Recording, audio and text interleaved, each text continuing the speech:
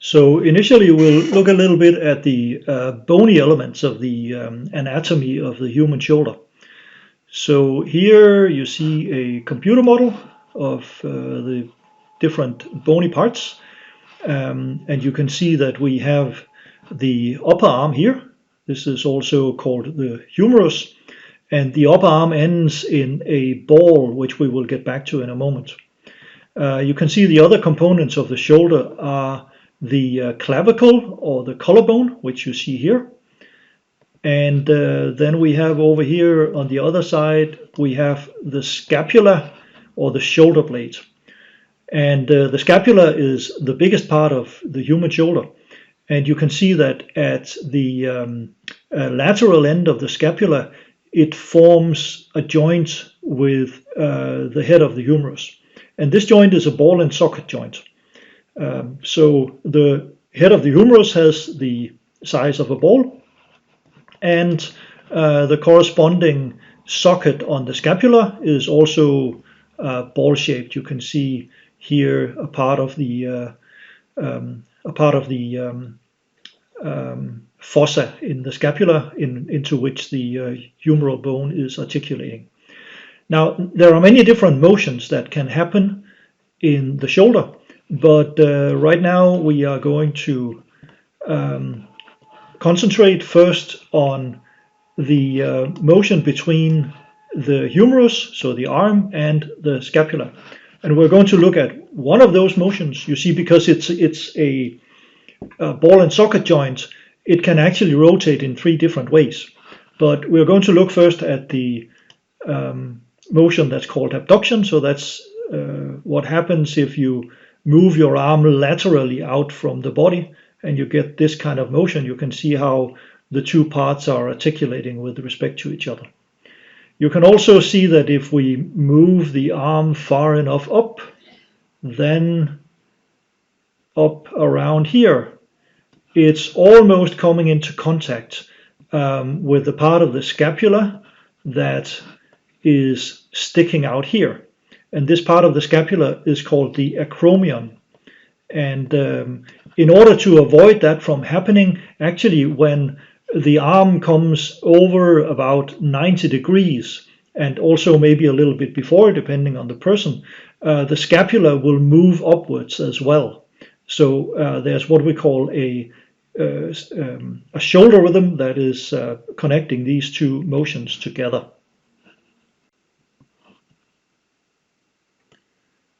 Here I have changed the animation a little bit so you can see how the scapula and clavicle can move upwards while we abduct the arm. And it's important to notice that it's not like the scapula is actually moving out of the way of the humerus. That doesn't happen because those 2 are linked together in the joint. But the scapula is helping with the elevation of the arm, so that in order to elevate the arm to a given point, because the scapula is helping, you don't need as much angle between the scapula and the humerus, and this helps preventing the 2 bony parts to come into contact with each other. One way of thinking about the design of the human shoulder is to say that it's probably designed for a range of motion rather than stability.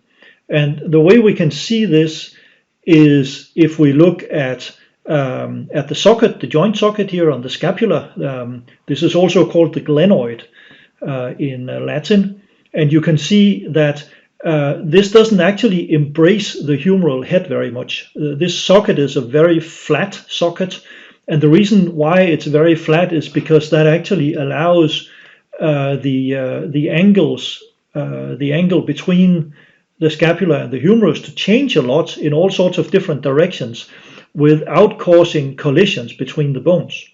You can imagine that if you had a glenoid here that would embrace the humeral head more than this one does, then the humeral head would have a limited range of motion before it would collide with the edge of the glenoid. So we say normally that the human shoulder is designed for range of motion rather than stability, because the downside of having this really flat glenoid is that it doesn't stabilize the joint very much. And furthermore, actually, the human shoulder joint is not encapsulated in a whole lot of connective tissue. And this is probably for the same reason. If there were a lot of connective tissue around the shoulder joint, then this would also limit the range of motion. And we need to use our arms for a lot of different purposes, and so they have a very large range of motion, which allows us to scratch our backs and things like that. It all comes a bit more together if we add all of the muscles to the model. Then you can see what all of those bony protrusions are for. So here in this picture, you can see now how the shoulder and the muscles are moving when we perform this abduction motion. And what I want you to particularly pay attention to is that there's like two layers of muscles here. There's an outer layer, which are some of the muscles that I'm highlighting here, some of these muscle branches that you see here. And these are called the deltoids. And those are the ones that you can feel on the outside of your shoulder. And you can see that they sort of go around the head of the humerus, and then they attach up here on the acromion. So I'll just remove the highlighting from those again. But then there's another layer of muscles which is kind of below the other ones, and those are the ones that I'm highlighting here. And they kind of go all around the head of the humerus on the inside of the deltoid. And these are called the rotator cuff muscles. And especially the upper part of those that we have here, the ones I've highlighted here, is the muscle that's called the supraspinatus. And that muscle is particularly vulnerable because you can see that when we do the abduction, this muscle kind of lies in the space, in the gap here between the acromion and the humeral head.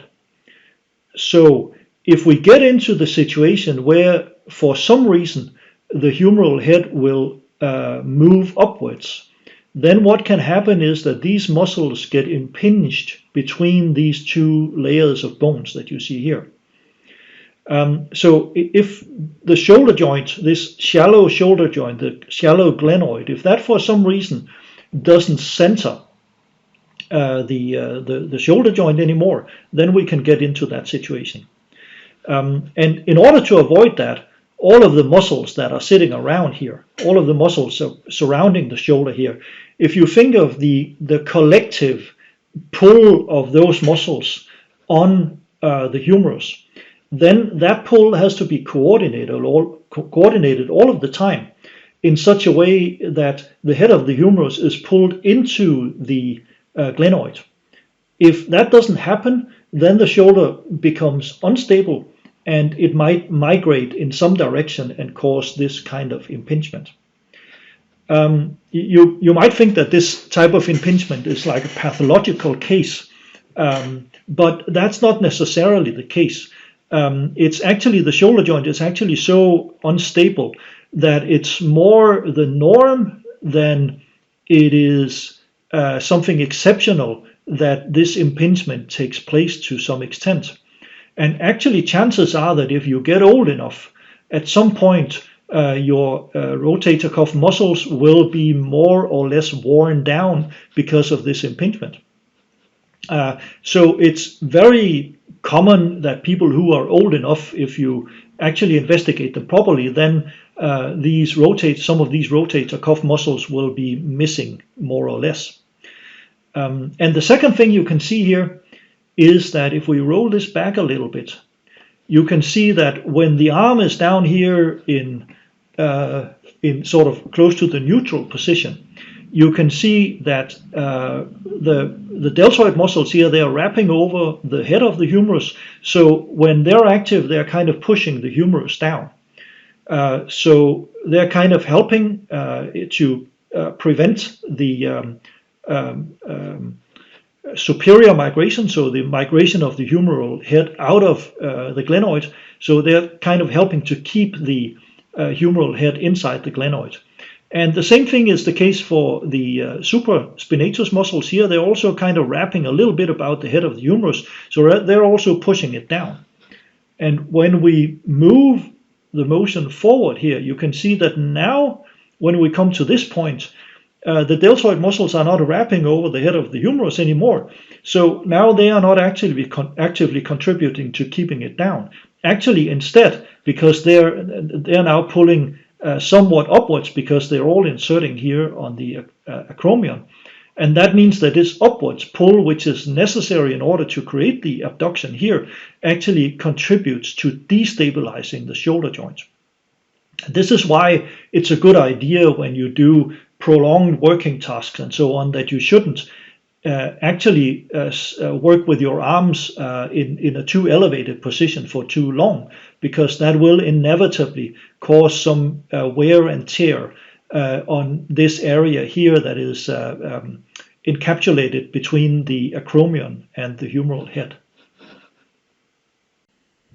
Here I have tried to visualize for you what happens if the shoulder joint becomes unstable.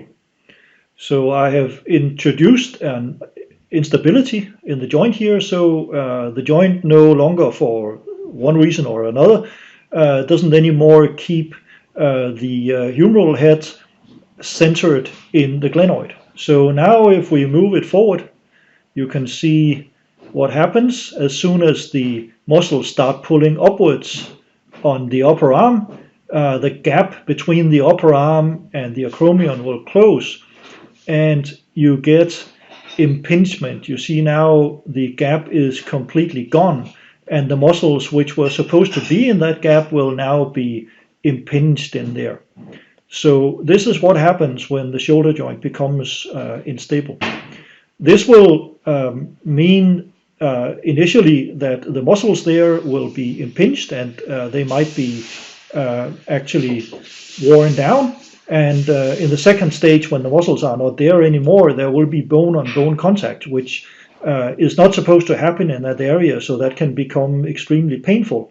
And so people will feel when they lift the arm that there's a very sharp pain happening at some point when the arm is elevated above the point where the contact happens.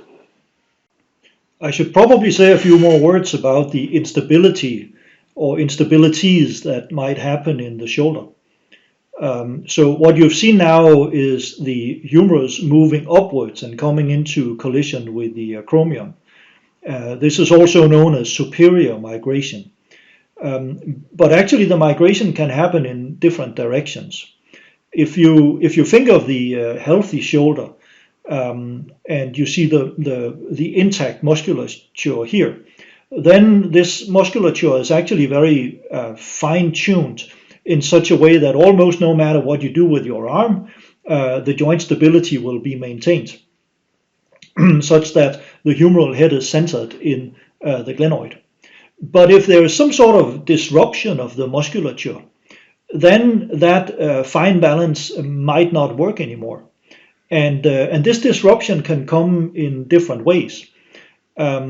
One way is what I talked before. If you have the impingement for some reason, then the rotator cuff muscles might be worn down and they might become deficient, and that would destabilize the shoulder.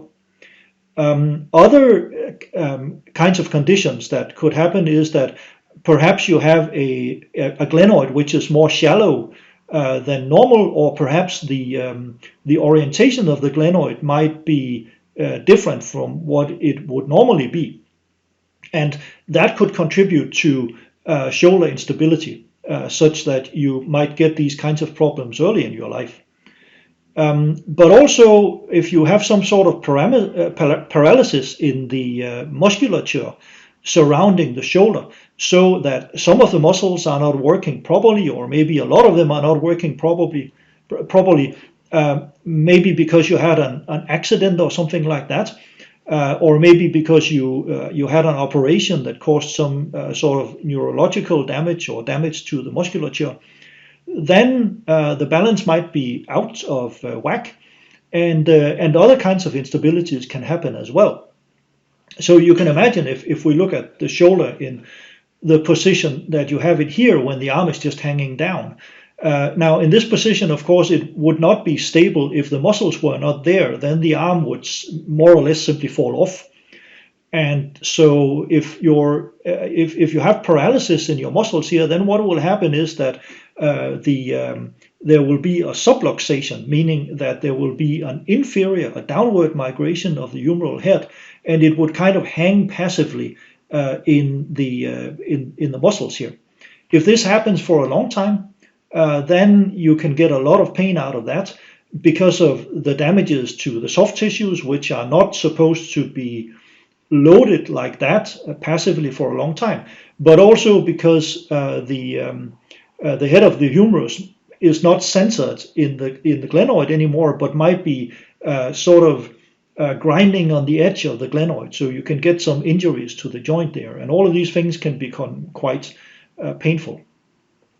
So there are many reasons why it would be a great idea if we could somehow stabilize the shoulder joints with some outside intervention that we could make. And this is where the CXD device comes into the picture.